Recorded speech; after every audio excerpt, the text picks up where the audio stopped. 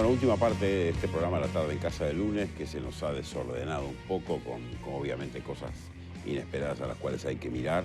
Y recibimos con mucho placer Ignacio Giannelli y Omar de Feo, un nombre y un hombre de la casa, investigadores, biólogos de la Facultad de Ciencias. Un gusto tenerlo acá. Un placer, un placer, una emoción de estar acá. Me imagino, habrá sentimientos encontrados. Sí, cuando toda mi vida venía acá a buscar a mi padre cuando transmitía su Rayado. Claro. Es una emoción muy grande. Sí, sí, me puedo imaginar. Pero bueno, estamos por otro motivo. Sí. Igual lo voy a volver a invitar, así que la emoción la va a volver a sentir, porque seguramente de esto vamos a seguir hablando. Llamativo, un artículo del Washington Post donde muestra una mancha caliente enfrente a la coronilla. ¿De dónde viene todo eso? El Washington Post no lo inventó. El Washington Post leyó nuestras investigaciones y la de otros colegas de Argentina y Brasil. Eso nos enorgullece. Primera cosa. O sea, donde el producto científico se traslada a los medios de difusión y se socializa. No es la primera vez que una investigación hecha por uruguayos se conoce en Uruguay a través de la publicación internacional. Más vale tarde que nunca, pero digamos que ha sido un orgullo y nos llamaron por teléfono y dijeron, bueno, queremos ir a ver lo que está pasando ahí, y tomamos como eje de desarrollo de la nota a la almeja amarilla, la barra del chuy y la coronilla, pero está enmarcado en un ámbito mucho mayor, que es el de las zonas calientes. Y las zonas calientes no es un verso, son lugares como el que está concentrado en nuestra costa, donde las tasas, la velocidad de calentamiento de los océanos es muy superior al resto del planeta. ¿Motivación? ¿Por qué? En términos simples y rápidos, es una expansión tropical donde el calor del trópico es retenido a través de procesos geofísicos y atmosféricos, agravado por los gases, la emisión de gases y la concentración de anhídrido carbónico y otros en la atmósfera, y eso genera una expansión tropical. Esa expansión hace que el calor vaya hacia los polos. Esas variaciones a ese nivel generan variaciones drásticas en la velocidad y dirección de los vientos. Eso a su vez ejerce influencia en las corrientes. Y en nuestro caso, la corriente cálida crítica, clave, es la corriente cálida de Brasil, que viene de norte a sur y se choca con la de Malvinas, que es fría. Cuando la incidencia de la corriente de Brasil cálida aumenta hacia el sur y se mueve a una velocidad, va aumentando y va cambiando, va aumentando la intensidad a 9 kilómetros por año, quiere decir que vamos a tener cada vez aguas más cálidas. Esto no implica el hotspot que estamos en el Caribe, no. La tasa de la velocidad de calentamiento de nuestras aguas es mayor que otras partes. ¿Y el impacto de esto? El impacto, el que mostramos. La ciencia, como siempre lo digo, valga una y mil veces la repetición, es un patrimonio nacional. Y nosotros estamos basando en nuestra ciencia, en nuestro país, para afirmar en forma irrefutable que está pasando todo esto.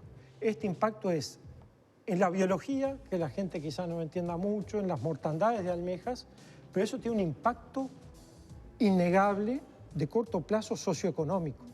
Implica desempleo, lo que estábamos hablando antes, sí, de un punto de vista climático, desempleo climático, vamos a llamarlo. Y acá no hay públicos y privados que valgan, acá lo que hay es un problema general que afecta al país. ¿Y el tema de las floraciones de algas está relacionado con esto? Sí, pero no hay una única causa para justificar floraciones de algas, mareas rojas o cianobacterias. Es multicausal, es una conjunción de fenómenos que hace difícil atribuir a una sola causa todos estos efectos. Pero sí, a tu pregunta concreta, sí. Hay un efecto de aguas más cálidas que trae fitoplancton de aguas más tropicales, que genera una acumulación de la marea roja, que eso afecta a las almejas, y por eso cerramos las pesquerías, y esas pesquerías cerradas implican desempleo. Ahora, como grupo, trabajando con oceanógrafos, científicos sociales, e Ignacio, que es un biólogo pesquero de renombre ya, a pesar de su juventud en el país, él ha liderado un trabajo que habla de la tropicalización. Y esa tropicalización es muy importante, implica una mayor representación de aguas de origen con tendencias tropicales en nuestro país. O sea, están diciéndonos que el Uruguay va a cambiar. Bueno, existen ya algunas evidencias de que eso podría estar pasando, pero hay que ser cautos, ¿no? Muchos de los trabajos están dando como evidencias, como pistas recién, pero todavía creo que no estamos con la capacidad de decir que va a haber cambios radicales en la composición. Ahora, el verano que viene, por ejemplo. No, digo, hay cosas que ya se han visto. Cuando tú mencionabas lo de cianobacterias, este año lo que hemos visto es que las cianobacterias se prolongaron, además de extensión geográfica, mucho más hacia el este, también mucho más en el tiempo. En el tiempo. No fue raro haber visto cianobacterias en junio o julio, cosas que no es bastante común en otrora, digamos. Ahora, ¿nos vamos a tener que acostumbrar a esto? Seguramente sí, sí. O sea que eso es un cambio dramático. Exacto, digo, el cambio climático y particularmente el calentamiento del océano, que es lo que reporta la nota del Washington Post, es un fenómeno global que particularmente está pasando a altas tasas y a una alta velocidad en la zona uruguaya, pero zona uruguaya, sur de Brasil y norte de Argentina. Pero es un fenómeno que nosotros, digamos, como Uruguay, poco podemos hacer para cambiarlo, ¿sí? Tenemos que buscar formas de tratar de mitigar ese ¿Hay un efecto. porqué? ¿Hay un motivo de por qué esa mancha caliente está acá? Es lo que te mencionaba, de una mayor incidencia de la corriente de Brasil, que es de agua cálida. O sea que nos tocó por casualidad. Bueno, yo no Más creo los en las gases, casualidades. más los gases, gas butano, todas esas cosas que sabemos. Exactamente, y ahí tendríamos que decirle a los países que tienen que reducir las emisiones, que reduzcan de una vez. No caer en una inoperancia internacional que siga permitiendo que los países que tienen más poder sigan haciendo las cosas mal. Pregunta de lo que estábamos recién en campaña electoral. Yo no. No, estábamos, el país está. Las autoridades, ¿saben esto? Por supuesto que lo saben. O sea, cabe un error por parte de los científicos en el sentido de que nosotros no sabemos transmitir en forma adecuada muchas veces los conocimientos que generamos. Pero si un periodista del Washington Post es capaz de discernir en la literatura científica lo que está pasando acá y llamarnos por teléfono y decir, Sí, ustedes sí. se están muriendo las almejas, ustedes han documentado esto, esto y esto, ustedes están haciendo esto, ¿puedo ir a visitarlos? O sea, lo sabe. Si lo sabe un periodista de Washington Post, lo tiene que saber nuestra sociedad. De alguna u otra manera nosotros hemos hecho llegar algunas de nuestras inquietudes. Esto nos ayudó a catalizar y a poner en el tapete un tema que es candente y que como científicos tenemos la obligación de transmitir a nuestra sociedad. Esto hasta hace unos años no pasaba. Uruguay no tenía un nivel científico que permitiera poner en la mesa de las autoridades una investigación de esta magnitud. Es verdad, la ciencia se ha desarrollado mucho en estos periodos, ha habido un mayor apoyo, pero lo que sí falta y creo que es importante es cómo traducir ese conocimiento en las esferas políticas para que realmente la ciencia sea tomada En cuenta. en la toma de decisión. O sea, decisión política. Es una decisión política, como lo que se habla siempre, una decisión política. Es decir, uy, estos científicos tendrán la razón, no, pero vamos a esperar un poquito más. Y eso es lo que nosotros en teoría científica hablamos de manejo al límite.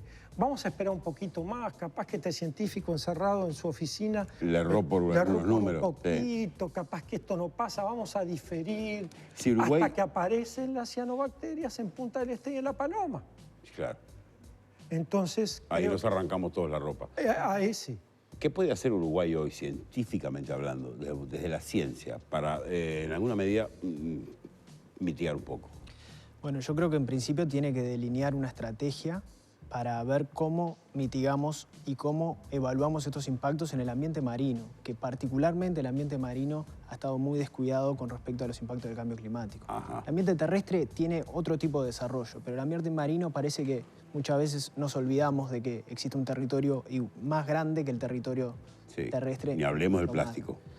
Sí, es otro aspecto que además, obviamente, son distintos factores que actúan en conjunción, de forma multiplicativa para después tener impactos en la biodiversidad, en las pesquerías y en el bienestar humano, en definitiva.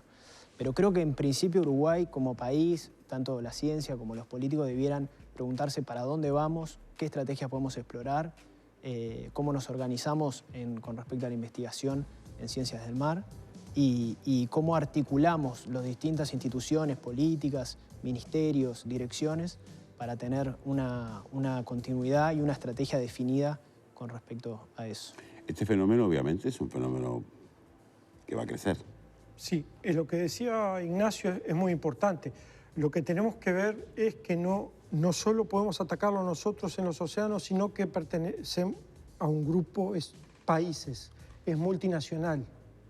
Y acá la etiqueta, acá, entre otras cosas del Mercosur, acá es importante que de una buena vez Uruguay, Brasil y Argentina ataquen modelos productivos que están fuera de época para tratar de, hoy me decías, ¿qué podemos hacer? Para tratar de mejorar la eficiencia, la calidad y la cantidad de la producción con la disminución de fertilizantes, por ejemplo. Y al mismo tiempo investigar en forma regional todos estos procesos y para ello estamos trabajando junto con los científicos, pero quiero decir algo más. Sí. Yo aprendí, me formé y me crié con los pescadores. Y fueron los pescadores artesanales, muchos de los cuales nos están escuchando, que me enseñaron todo lo que estaba pasando. Entonces, el conocimiento científico local de los componentes de nuestra sociedad, incluyendo los pescadores, es fundamental. Por tanto, estamos hablando de muchos países, de varios países, de una misma mentalidad para atacar el problema, de políticas científicas de corto, mediano y largo plazo para ser potentes a la hora de proponer pautas de mitigación y adaptación, sin olvidar nunca el conocimiento de los usuarios, que es a partir del cual nosotros construimos. El ancestral. Una última pregunta, sí o no, porque no nos queda tiempo. ¿Esto afecta el clima también? De hecho, es un poco un sistema de retroalimentación. El clima en particular afecta al océano, el océano afecta al clima. Es una cadena y o sea, están podemos íntimamente cambios relacionados. Climáticos sobre las costas de Rocha importantes. Sí, no solo sobre las costas de Rocha, sobre todas las aguas uruguayas, la zona económica exclusiva y la zona común de pesca compartida con Argentina y Uruguay y la zona limítrofe con Brasil. De hecho, ya lo hemos documentado. O sea, hay cambios de temperatura, hay cambios en la dirección, intensidad y frecuencia de vientos que están afectando a la pesca artesanal y en algunos casos a la pesca industrial. O sea, hay una cantidad de cambios que ya están documentados y se están manifestando. Ya sucedidos. Sí. Bueno, muy bien. Seguramente los vamos a convocar de nuevo. Con mucho gusto. Un placer tenerlo acá. Un placer para mí también. Sí, sin duda, Yaneli, a ti también. Muchas gracias. Amigos, se nos fue el tiempo hace rato. Un lunes contundente. Nos vemos mañana.